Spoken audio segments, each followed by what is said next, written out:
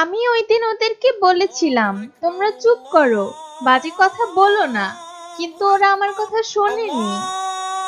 الله أكبر الله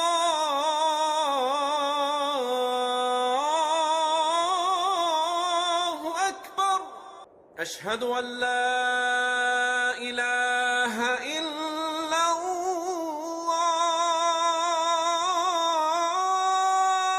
কাশিয়া, থামো, আজান হচ্ছে। হ্যাঁ, তাহলে কি لا হয়েছে? আজান শেষ হোক, পরে বলছি। إله إلا الله ভাইয়া, তুমি আমাকে তখন চুপ করতে বলেছিলে কেন? কাশিয়া, আজানের সময় চুপ থাকতে হয় এবং আজানের উত্তর দিতে হয়। ওটা কেন ভাইয়া? আমরা তো কাজের কথাও বলতে পারি। তখনও কি চুপ থাকবো? হ্যাঁ, অবশ্যই। কিন্তু এমন কেন ভাইয়া? কাশিয়া, আজানে আল্লাহ তাআলার নাম নেওয়া হয়, আল্লাহর প্রশংসা করা হয়, আমাদের নবী করিম সাল্লাল্লাহু আলাইহি ওয়াসাল্লামের নাম নেওয়া হয় এবং আল্লাহ তাআলার হুকুম এবং ইবাদতের জন্য ডাকা হয়। হ্যাঁ, ওটা তো ঠিক।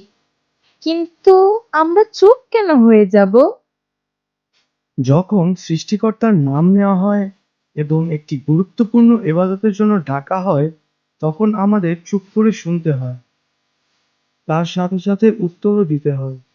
হ্যাঁ ভাইয়া, আমি আমার বন্ধুদের বাসায় দেখেছি, ওরা আজান শুনলেই টিভির আওয়াজ মিউট করে দেয়।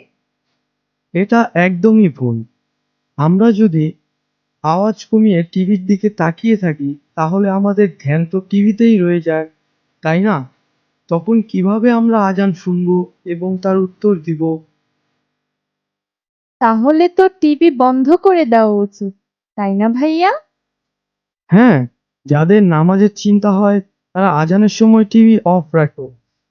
আচ্ছা ঠিক আছে ভাইয়া, এখন থেকে আমি তাহলে পুরো আজান শুনবো এবং তার সাথে সাথে বলবো। কিন্তু কাশিয়া, যখন মুয়াজ্জিন হাইয়া আলাস সালাহ হাইয়া আলাল ফালাহ বলে, তখন আমরা এটা বলবো না।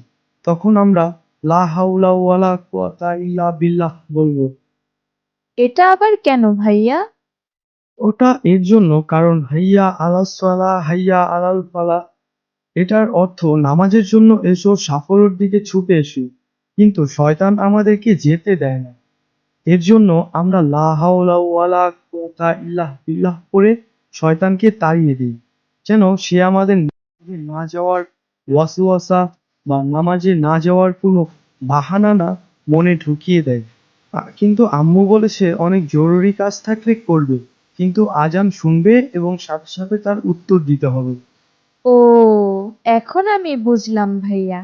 আজকে থেকে আজানের সময় আমি কোনো কাজও করব না, কোনো কথাবার্তাও বলবো না।